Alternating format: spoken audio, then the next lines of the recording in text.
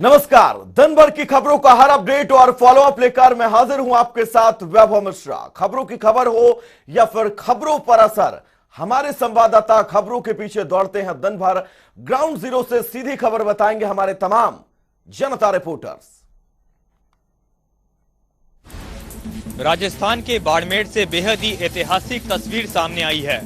दरअसल बाड़मेर में हाईवे पर पहली देश की हवाई पट्टी बनाई गई है, जिसका उद्घाटन खुद रक्षा मंत्री राजनाथ सिंह ने किया। बता दें, इस हवाई पट्टी के तैयार होने के बाद अब लड़ाकू विमान हाईवे पर लैंड कर सकेगा। खास बात यह है कि ये हवाई पट्टी पाकिस्तान सीमा के बेहद करीब बनाई गई है, यानी अब दुश्मन देशों को सावधान हो जाना चाहिए। भारतीय वायुसेना ने इतिहास रच दिया है। किसी नेशनल हाईवे पर लड़ाकू विमानों की आपातकालीन लैंडिंग के लिए देश की पहली हवाई पट्टी का निर्माण किया गया है। दरअसल राजस्थान के जालौर में बाड़मेर हाईवे पर स्पेशल एयर स्ट्रिप की शुरुआत की गई, जिसका उद्घाटन खुद रक्षा मंत्री राजनाथ सिंह और केंद्रीय मंत्री नितिन गडकरी ने किया। आपको बता दें, इस हाईवे पट्टी के तैयार होने से अब लड़ाकू विमान हाईवे पर लैंड कर सकेंगे। खास बात यह है कि ये एयर स्ट्रिप पाकिस्तान सीमा के बेहद करीब है। राष्ट्रीय राजमार्ग 925 से पर बनी यह खास पट्टी करीब 3 किलोमीटर लंबी है और 33 मीटर चौड़ी। इसे बनाने में करीब 36 करोड़ रुपए की लागत आई है। उत्तर प्रदेश में विधानसभा चुनावों के अब ज्यादा दिन नहीं बचे हैं। ऐसे में प्रधानमंत्री नरेंद्र मोदी का अलीगढ़ और लखनऊ दौरा, इसके अलग ही सियासी मायने निकाले जा रहे हैं। आपको बता दें, जहां एक तरफ प्रधानमंत्री नरेंद्र मोदी अलीगढ़ में डिफेंस कॉरिडोर की शुरुआत करेंगे, तो उसके अलावा लखनऊ में भी प्रधानमंत्री नरेंद्र मोदी महाराणा प्रताप यूनिवर्सिटी की आधारशिला रखेंगे। वहीं आपको बता दें कि भारतीय जनता पार्टी की तरफ से उत्तर प्रदेश के प्रभारी और सह प्रभारियों की नियुक्ति भी कल की गई थी और अब प्रधानमंत्री नरेंद्र मोदी के ये दौरे उत्तर प्रदेश के विधानसभा चुनावों के लिए अहम माने जा रहे हैं। इसके अलावा आपको बता दें कि ये खबर भी सामने आ रही है कि प्रधानमंत्री नरेंद्र मोदी अयोध्या में इस बार की दिवाली मना सकते हैं। तो ये सारी चीजें अब उत्तर प्रदेश के विधानसभा चुनावों के लिए भारतीय जनता पार्टी की तरफ से अहम मानी जा रही है। तो पीएम मोदी का लखनऊ और अलीगढ़ का दौरा उत्तर प्रदेश में होने वाले विधानसभा चुनाव के लिए अहम माना जा रहा है।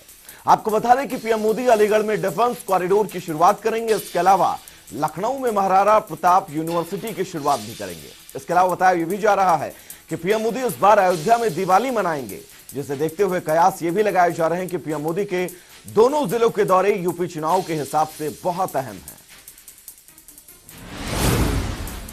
कांग्रेस सांसद राहुल गांधी 2 दिन के जम्मू दौरे पर है और उन्होंने अपने जम्मू दौरे के दौरान पहले दिन माता वैष्णो देवी के दर्शन किए, तो वहीं कल वो पार्टी कार्यकर्ताओं से मिलेंगे और जनसभा को भी संबोधित करेंगे। राहुल गांधी का ये दौरा महत्वपूर्ण माना जा रहा है। जम्मू में जो कांग्रेस के नाराज नेता थे उनको साधने की कांग्रेस की तरफ से तैयारी चल रही है और ऐसे में ये दौरे पर सबकी निगाहें हैं। तो कांग्रेस सांसद राहुल गांधी 2 दिन के जम्मू दौरे पर है। दिल्ली से सीधा जम्मू एयरपोर्ट पर लैंड होने के बाद राहुल गांधी कटरा के लिए रवाना हुए और इस दौरान जम्मू और कटरा के बीच जगह जगह कांग्रेस कार्यकर्ताओं ने उनका स्वागत किया।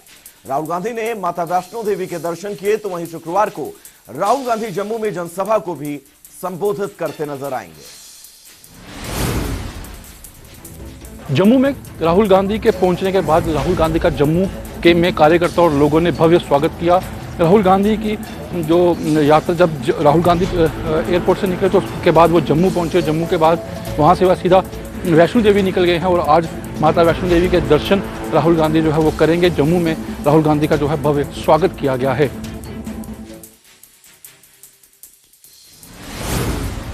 चुनाव आयोग ने पश्चिम बंगाल और तमिलनाडु समेत 5 राज्यों में राज्यसभा की 6 सीटों पर चुनाव का ऐलान कर दिया है।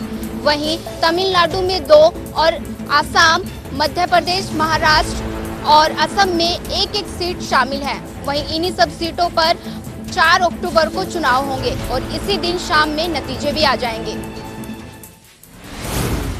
तो चुनाव आयोग ने राज्यसभा की 6 सीटों पर 4 अक्टूबर को उपचुनाव कराने का ऐलान किया है। राज्यसभा की जिन 6 सीटों के लिए उपचुनाव होना है उनमें तमिलनाडु में 2 सीटें हैं, जबकि आसाम, पश्चिम बंगाल, महाराष्ट्र और मध्य प्रदेश से 1-1 सीट है। राज्यसभा उपचुनाव के लिए नामांकन दाखिल करने की आखिरी तारीख 22 सितंबर होगी। नामांकन पत्रों की जांच की आखिरी तारीख 23 दिसंबर है।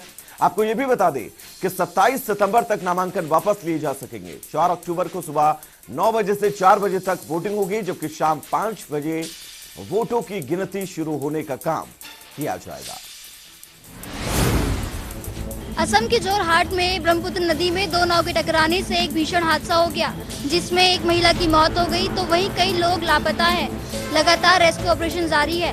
पीएम मोदी और गृह मंत्री ने असम के सीएम से बातचीत की, जिस दौरान असम के सीएम ने घटनास्थल का दौरा किया। असम में जोरहाट में ब्रह्मपुत्र नदी में दो नाव टकराने से भीषण हादसा हो गया। हादसे में एक महिला की मौत हुई तो वहीं कई लोग लापता हैं। लगातार रेस्क्यू ऑपरेशन जारी है। नाव में करीब 120 लोग सवार थे तो वहीं पीएम और गृह मंत्री ने असम के सीएम से बातचीत की, जिस दौरान असम के सीएम घटनास्थल का जायजा लेने पहुंचे।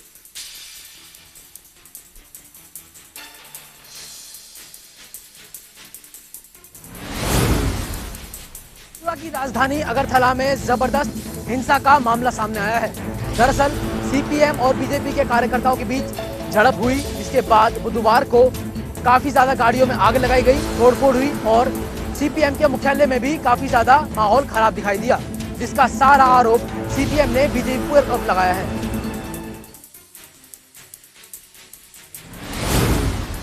तो त्रिपुरा के दो गांवों में बीजेपी और सीपीएम समर्थकों के बीच झड़प के बाद अब हिंसा बढ़ गई है। त्रिपुरा की राजधानी अगरतला में तोड़फोड़ के साथ साथ वाहनों में आग लगा दी गई। हिंसा में करीब 10 लोग घायल हुए। सीपीएम के कार्यालय को भी निशाना बनाया गया। सीपीएम ने झड़प का जिम्मेदार बीजेपी को ठहराया है।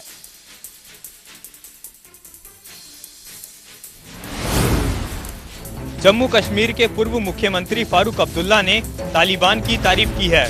दरअसल फारूक अब्दुल्ला ने कहा कि उन्हें तालिबान से अच्छी सरकार की उम्मीद है, जहां तालिबान हर किसी के साथ इंसाफ करेगा। साथ ही फारूक अब्दुल्ला ने सभी देशों से तालिबान के साथ दोस्ताना रिश्ते की बात कही। वही फारूक अब्दुल्ला के बयान से राजनीति गर्मा गई है और बीजेपी ने फारूक अब्दुल्ला को लेकर मोर्चा खोल दिया है।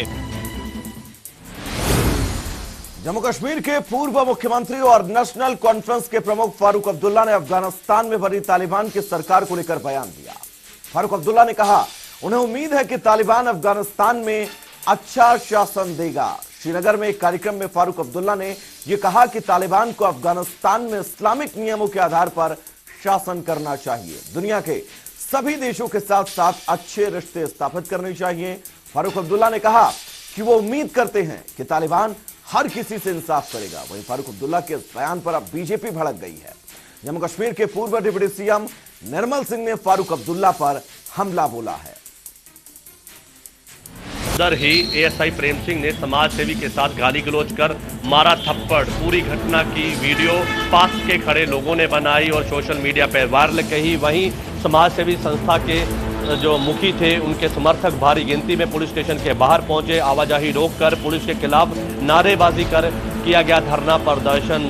मामले को बढ़ता देख एएसआई प्रेम सिंह ने मांगी माफी, जिसके बाद पुलिस के आला अधिकारियों तक मामला पहुंचा और पुलिस के आला अधिकारियों के मुताबिक जांच की जाएगी। जांच के मुताबिक जो भी बनती कानूनी कार्रवाई है वो अपने ही इस इंस्पेक्टर के खिलाफ की जाएगी। करनाल में किसानों के अनिश्चितकालीन धरने को लेकर हरियाणा के गृह मंत्री अनिल विज ने बड़ा बयान दे डाला है।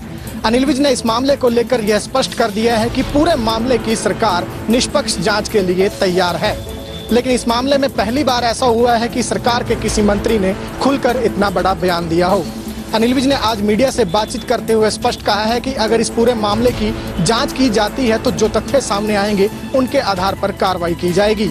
ऐसे में इस बात को कहना गलत नहीं होगा कि अगर इस मामले की जांच होती है तो अधिकारियों के साथ साथ किसानों की मुश्किलें भी बढ़ सकती हैं, क्योंकि अनिल विज ने स्पष्ट कहा है कि अगर मामले की जांच करवाई जाती है तो जो भी तथ्य सामने आएंगे उनके आधार पर जो रिपोर्ट बनेगी उसी के आधार पर कार्रवाई को अंजाम दिया जाएगा और फिर दोषी चाहे अधिकारी हो या किसान हो या किसानों का कोई बड़ा नेता, उस पर सख्त से सख्त कार्रवाई की जाएगी। इसके साथ साथ अनिल विज ने यह भी साफ कहा कि बिना जांच के किसी को फांसी पर नहीं लटकाया जा सकता, किसी को दोषी नहीं ठहराया जा सकता। लेकिन फिलहाल अब गेंद पूरी तरह से किसानों के पाले में है, क्योंकि सरकार ने स्पष्ट कर दिया है कि सरकार इस पूरे मामले की निष्पक्ष जांच के लिए तैयार है, लेकिन बशर्ते किसान भी जांच करवाने के लिए माने। ऐसे में अब देखने वाली बात यही होगी कि क्या किसान सरकार की जांच करवाने की मांग पर सहमत होते हैं या नहीं। आज होशियारपुर पहुंचे पंजाब के पूर्व उप मुख्यमंत्री सुखबीर सिंह बादल ने जहां एक बयान दिया है कि हरियाणा के किसान नेता गुरनाम सिंह चुड़ूनी का उन्हें फ़ोन आया है कि जो लंगर की व्यवस्था करनाल में कराई जाए और जो पानी की व्यवस्था कराई जाए, जिसको लेकर सुखबीर बादल ने कहा है कि उन्होंने एसजीपीसी के जो अध्यक्ष हैं बीबी जगीर कौर की ड्यूटी लगाई है और हरजिंदर सिंह धामी की ड्यूटी लगाई है कि वहाँ पर लंगर व्यवस्था की जो है व्यवस्था करवाई जाए और लंगर जो है किसानों को उपलब्ध कराया जाए। वहीं बीती देर शाम जब गुरनाम सिंह चुड़ूनी से मीडिया कर्मियों ने ये पूछा कि सुखबीर बादल ने कहा है कि आपने फ़ोन किया था, वहीं गुरनाम सिंह चुड़ूनी ने साफ साफ मना कर दिया है कि उन्होंने सुखबीर बादल को कोई फ़ोन नहीं किया है, ना ही उन्होंने कोई लंगर व्यवस्था की मांग की है। वहीं उन्हें लंगर जो है वहाँ नाड़ा साहब से वहाँ पहुँचा है और सुखबीर बादल साफ साफ झूठ बोल रहे हैं और उनकी जो झूठ बोलने की आदत है वो साफ दिख रही है और आने वाले चुनाव में भी लोग उन्हें पसंद नहीं कर रहे और गांव में भी उन्हें घुसने नहीं दे रहे। कहीं ना कहीं सुखबीर बादल भी कहीं बौखलाहट में ऐसे बयान दे रहे हैं। पूर्व शिक्षा मंत्री और बीजेपी के नेता रामविलास शर्मा आज हिसार पार्टी कार्यालय में पहुंचे। इस दौरान उन्होंने किसान आंदोलन पर निशाना साधते हुए कहा कि 26 जनवरी की घटना के बाद असली किसान अपने घर चले गए थे और दूसरी ओर उन्होंने कहा कि जिस तरह से मुजफ्फरनगर की रैली का आयोजन किया गया था, उस रैली से साफ पता लग गया कि जो रैली का आयोजन किया गया है वह कांग्रेस पार्टी और अन्य कम्युनिस्ट पार्टियों के द्वारा किया गया था। केवल सत्ता के लालच के लिए वे इस तरह का कर रहे हैं। और रामविलास शर्मा ने बोलते हुए कहा कि जिस तरह से गेहूँ व अन्य फसलों के लिए MSP के रेट बढ़ाए गए हैं वो अपने आप में एक काबिल तारीफ है। रोहतक जिले में सापला रेलवे स्टेशन पर रेलवे ट्रैक के पास एक युवक का शव पड़ा हुआ मिला, जिसकी गर्दन धड़ से अलग थी। इस सूचना पर जीआरपी बहादुरगढ़ पुलिस मौके पर पहुंची और शव को पोस्टमार्टम के लिए रोहतक भिजवा दिया गया। परिजन इस मामले को लेकर हत्या का करार दे रहे हैं और प्राथमिक जांच में पुलिस का मानना है कि यह आत्महत्या है, क्योंकि पोस्टमार्टम आने के बाद ही हत्या के या आत्महत्या है कारणों का खुलासा हो पाएगा। सापला का रहने वाला मोहित एक प्राइवेट कंपनी के तहत संसद भवन में नौकरी करता था। कल शाम 7 बजे के करीबन वह घर से निकला था, लेकिन देर शाम वह सापला के रेलवे स्टेशन पर रेलवे ट्रैक के पास उसका शव पड़ा हुआ मिला। इस मामले को लेकर जीआरपी पुलिस ने परिजनों को सूचित किया। परिजन मौके पर पहुंचे तो परिजनों का आरोप है कि इसकी हत्या की गई है, क्योंकि सुमित का किसी प्रकार का किसी के साथ कोई झगड़ा नहीं था और न ही पैसे का लेन देन, जिसको लेकर परिजनों का कहना है कि इसकी जाँच निष्पक्षता से की जाए ताकि दूध का दूध पानी का पानी हो। ऊना शहर के बीचों बीच बिल्कुल बस स्टैंड के समीप आज एक अज्ञात व्यक्ति का शव यहां से बरामद हुआ है। मेरे पीछे आप ये देख सकते हैं कि इस सरोवर से जो है इसकी डेड बॉडी जो है वो निकाली गई है और पुलिस जो है वो लगातार शिनाख्त में जुटी हुई है। अभी तक पहले दृष्टि से जो है डीएसपी साहब से हमारी बात हुई है तो उन्होंने ये कहा है कि ये अभी तक जितनी जानकारी जुटाई है उसमें ये प्रवासी व्यक्ति लग रहा है, यूपी का लग रहा है और अभी नाम जो है इसके बाजू पर जो है वो महेंद्र लिखा हुआ पाया गया है और साथ में इसकी जो जेब में से स्लिप निकली है उस पर भी कुछ एक एड्रेस मिला है। पुलिस अपने हिसाब से छानबीन में जुटी है। पुलिस ने शव को कब्जे में ले लिया है और पोस्टमार्टम के लिए क्षेत्रीय अस्पताल ऊना भेजने जा रही है। उसके बाद ही मृत्यु के कारणों का पता लगेगा। पुलिस इसको लेकर और अधिक छानबीन में जुट चुकी है। बल्लभगढ़ विधानसभा के अंतर्गत आने वाले बापू नगर के लोग इस समय नारकीय जीवन जीने को मजबूर हैं। यहाँ पर पिछले कई महीनों से गंदा पानी भरा हुआ है, जिसके चलते लोगों का जीना दुभर हो गया है। इतना ही नहीं, सरकारी स्कूल के सामने भी गंदगी की भरमार है, जहाँ पर बच्चे स्कूल आते जाते समय आए दिन उस गंदे पानी में गिरते रहते हैं। लेकिन अधिकारियों से शिकायत करने के बावजूद भी अब तक इसका कोई निदान नहीं हो पाया है। कोरोना के बीच कल से गणपति उत्सव शुरू होने जा रहा है। इसको लेकर जहां लोगों ने तैयारियां की है, वहीं मूर्तिकार जो है इसको लेकर कह रहे हैं कि उनका ये त्यौहार फीका पड़ता हुआ दिखाई दे रहा है, क्योंकि पिछली बार भी कोरोना के चलते जो है उनकी मूर्तियां जो बनाई गई थी मेहनत से वो कम बिक्री हुई थी, लेकिन इस बार भी उनका कहना है कि खरीदार नहीं नजर आ रहे। पिछले 6 महीने से लगातार मूर्तिकारों का कहना है कि वो मेहनत कर रहे हैं और छोटी छोटी मूर्तियों को खरीदने के लिए बेशक खरीदार आ रहे हों, लेकिन बड़ी मूर्तियाँ कोई नहीं खरीद रहा। इसको लेकर उनका कहना था कि 151 रुपये से शुरू होकर 15,000 तक की मूर्तियाँ उनके द्वारा तैयार की गई हैं। ऐसे में उनका कहना है कि वो उम्मीद करते हैं कि ताकि ग्राहक उनकी तरफ आएँ, क्योंकि कल से जो है गणपति महोत्सव शुरू होने जा रहा है और इन 10 दिनों के अंदर अगर उनकी मूर्तियाँ बिकती हैं तो तभी उनका खर्चा पूरा हो पाएगा। फिलहाल उनका कहना है कि उनका ये त्यौहार फीका पड़ता हुआ दिखाई दे रहा है। प्लाईबोर्ड फैक्ट्रियों से अब नहीं फैलेगा पोल्यूशन, इसके लिए MSME ने एक प्रोजेक्ट तैयार किया है, जिसके लिए उन्होंने यमुनानगर के प्लाईबोर्ड संचालकों से एक बैठक की और इस पूरे प्रोजेक्ट के बारे में जानकारी दी। जानकारी के अनुसार एक कॉमन बॉयलर लगाया जाएगा जो कि 15 से 20 फैक्ट्रियों के लिए काम करेगा और इसी के माध्यम से स्टीम फैक्ट्रियों तक जाएगी, जहां इससे इस कॉमन बॉयलर से कम खर्च होगा, वहीं साथ ही साथ इससे बिजली भी बनाई जाएगी। और उन्होंने बताया कि इसको लेकर जो है पहले गुजरात में ऐसे मॉडल तैयार किए गए हैं, लेकिन हरियाणा में इसके लिए पानीपत और यमुनानगर में ये प्रोजेक्ट शुरू करने की योजना है। इसके लिए आज ये बैठक की गई है, क्योंकि केंद्र सरकार द्वारा भी लघु उद्योगों को बढ़ावा देने के लिए लगातार काम किया जा रहा है। अगर ये प्रोजेक्ट यहाँ पर लगता है, इससे जहाँ पोल्यूशन में कमी आएगी और पोल्यूशन उनका कहना था कि जो पोल्यूशन को लेकर जो दिक्कतें आती हैं वो दूर होंगी, साथ ही साथ प्लाईवुड उद्योगों को खर्च के जो कम खर्च होगा, साथ ही साथ जो है और भी इसके फायदे मिलेंगे। अब देखना होगा कि ये प्रोजेक्ट कब तक तैयार होता है। फिलहाल इसके बारे में MSME के निदेशक और लघु भारतीय उद्योग के जो अधिकारी थे, उन्होंने आपस में बैठकर जो है प्लाईबोर्ड संचालकों से बातचीत की और इसकी पूरी जानकारी दी। प्लाईबोर्ड संचालकों ने भी इसको लेकर खुशी जताई और उन्होंने इस प्रोजेक्ट का स्वागत किया है। नीम साहब गुरुद्वारा में गोलीबारी हुई है, जिसमें 6 व्यक्ति गंभीर रूप से घायल हुए हैं। एक घायल को कैथल से PGI रेफर किया गया था और सूचना मिली है कि उसकी रास्ते के अंदर मौत हो चुकी है।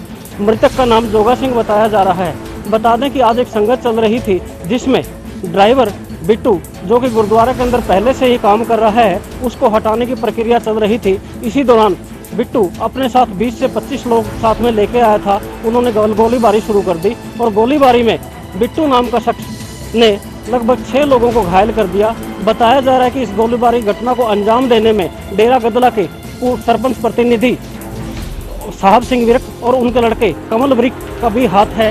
प्रत्यक्षदर्शियों ने यह बताया है कि ये पहले ही प्री प्लान के साथ आए थे। उन्होंने आते ही गोलीबारी शुरू कर दी, जिसमें संगत को पता नहीं था, जिस कारण लगभग 6 जो लोग हैं गंभीर रूप से घायल हुए हैं, उनमें से एक की मौत भी हो चुकी है। पूरा सिख समुदाय कैथल के नागरिक अस्पताल में पहुंच चुका है। हालांकि अगर प्रशासन की बात करें, प्रशासन ने भी गोलीबारी के बाद जो है भारी संख्या में पुलिस बल वहां पे तैनात कर दिया है और जो गोलीबारी की घटना को अंजाम देने वाले शख्स हैं, उनकी गिरफ्तारी के लिए पुलिस जुट गई है।